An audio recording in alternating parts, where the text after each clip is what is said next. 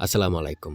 আমাদের খামারের সেই কালো মুরগিটা আজকে বাচ্চা থেকে আলাদা করে দিব। কিভাবে আলাদা করি, কি জন্য করছি, সকল কিছু এই ভিডিওতে বলব ইনশাআল্লাহ। এই যে দেখছেন কালো মুরগিটা, এই কালো মুরগিটার বাচ্চা ফুটেছে প্রায় ২০ থেকে ২৫ দিন হয়েছে। এখন এই ২০ থেকে ২৫ দিনের ভিতরেই বাচ্চাকে ও ঠোকরানো শুরু করে দিয়েছে। ২-৩ দিন আগে আলাদা করছিলাম, কিন্তু ওই আলাদা করে দেওয়ার পরে আর থাকতে পারল না। কারণ বাচ্চাগুলো অনেক চিঁচি করছে। কিন্তু এখনো আলাদা করে দিতে হবে। আমি জানি এখনো বাচ্চাগুলো অনেক চিঁচি করবে, কিন্তু কিছুই করার নেই। কারণটা হচ্ছে মুরগিটা ডিম পাড়ার সময় হয়ে গিয়েছে। এর জন্য মুরগিটা তার বাচ্চাকে অনেক ঠুকুর দেয়। তার আচরণটা চেঞ্জ হয়ে গিয়েছে। ২০ থেকে ২৫ দিন হয়েছে। এখন ওই মুরগিটা কি হয়, বাহিরে ছাড়া হয় না। যে কারণে ও ভিতরে থাকতে, থাকতে ভালো খাবার খেতে, খেতে ওর ভিতরে ডিমগুলো বাড়তি হয়ে যাচ্ছে। মানে ডিম পাড়ার ক্ষমতা বেড়ে যাচ্ছে। এখন দেখা যাক ও এবারে বেশি ডিম পারে নাকি। কারণ ওকে কিন্তু আলাদাভাবে যত্ন নেওয়া হয়েছে। ঠিক আছে? এখন যদি ও বেশি ডিম না পারে তাহলে তো পুরাই একটা লস। বাচ্চাকে যত খাবার দিয়েছিলাম এর থেকে বেশি ও খেয়ে ফেলছে। ওর পেটটা সবসময় ভরা ছিল। মুরগিটা মাশাআল্লাহ ওজনেও ভালো হয়েছে। তো সবাই মাশাআল্লাহ বলবেন। কিন্তু আমি যখন মুরগিটা ধরতে গিয়ে অন্য খাঁচায় দিলাম তখনই যত ঝামেলা শুরু হলো। সেটা হলো কিছু বাচ্চা ওইখান থেকে বের হয়ে চলে গেল। এই বাচ্চাগুলো অনেক চালাক হয়েছে। কিভাবে বলি আপনাদেরকে, যখন আমি খাবার দিতে যাই তখন এখান থেকে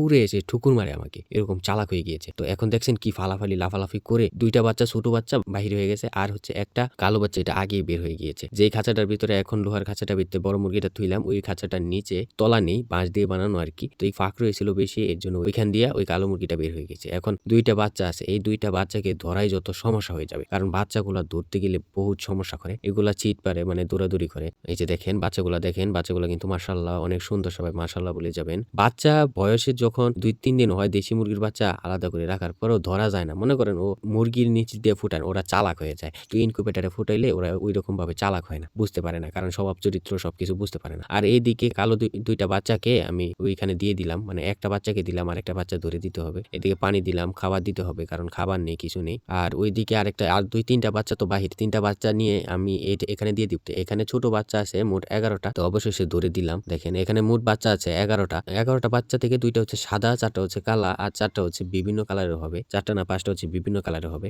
আর এইদিকে ২টা কালো যে বাচ্চাগুলো আছে ১ মাসের, এটা আমরা এখানে ধুয়ে দিলাম, কারণ অন্য একটা খাঁচায় তুলি তো আবার সমস্যা। কিন্তু ধোয়ার পরে একটা সমস্যা হয়েছে কি, ধোয়ার পরে ও ঠুকরানো শুরু করে দিয়েছে। ওকে আলাদা করে রাখতো। দেখি কি করে এখন। এখন যদি ওই মুরগিটা কিন্তু মিশে থাকে, মুরগির যে বাচ্চাটা ওরা আবার ঠুকুর দেয় না। কিন্তু এই যে দেখতেছেন মোরগের একটা বাচ্চা আছে, এটা কিন্তু অনেক পাজি। এটা কিন্তু বাচ্চাদেরকে ঠুকরায়। তো বাচ্চাদেরকে যদি ঠুকুর দেয় তাহলে বাচ্চারা ব্যথা পায়। রাখতে, রাখতে কিন্তু আস্তে, আস্তে মিশে যাওয়ার কথা, কিন্তু মিশতে পারতেছে না। বয়সের পার্থক্য আছে অনেক বড়। তখন মানে মিশাটা অসম্ভব। আর বেশিরভাগ মুরগি আপনারা একসাথে রাখতে পারবেন, কোনো সমস্যা হবে না। কিন্তু মোরগ আপনারা একসাথে রাখতে পারবেন না। মোরগরা কি হয়, যদি এই বেচের না হয়, অন্য বেচের কোনো মুরগির বাচ্চা একসাথে থুই, তখন মুরগের যে বাচ্চাগুলো আছে এগুলো অনেক ঠুকুর দেয়। এটাই আরকি মানে দেশি মুরগির একটা তাদের নিজস্ব বৈশিষ্ট্য। এখন মূলত ওদেরকে যেভাবে হোক দূরে আলাদা করে রাখতে হবে, কারণ ওরা যদি মাকে দেখে তাহলে চিঁচি শুরু করে দিবে। আর এদিকে আমি কি করছি, মুরগিটাকে গোসল করিয়ে দিচ্ছি, কারণ গোসল করানোটা দরকার। ওকে যখন আমি এখন ধরলাম, ধরার পরে পুরা শরীর উকুন, ছোট উকুন হয়। তো আমি মূলত মুরগির শরীরে ২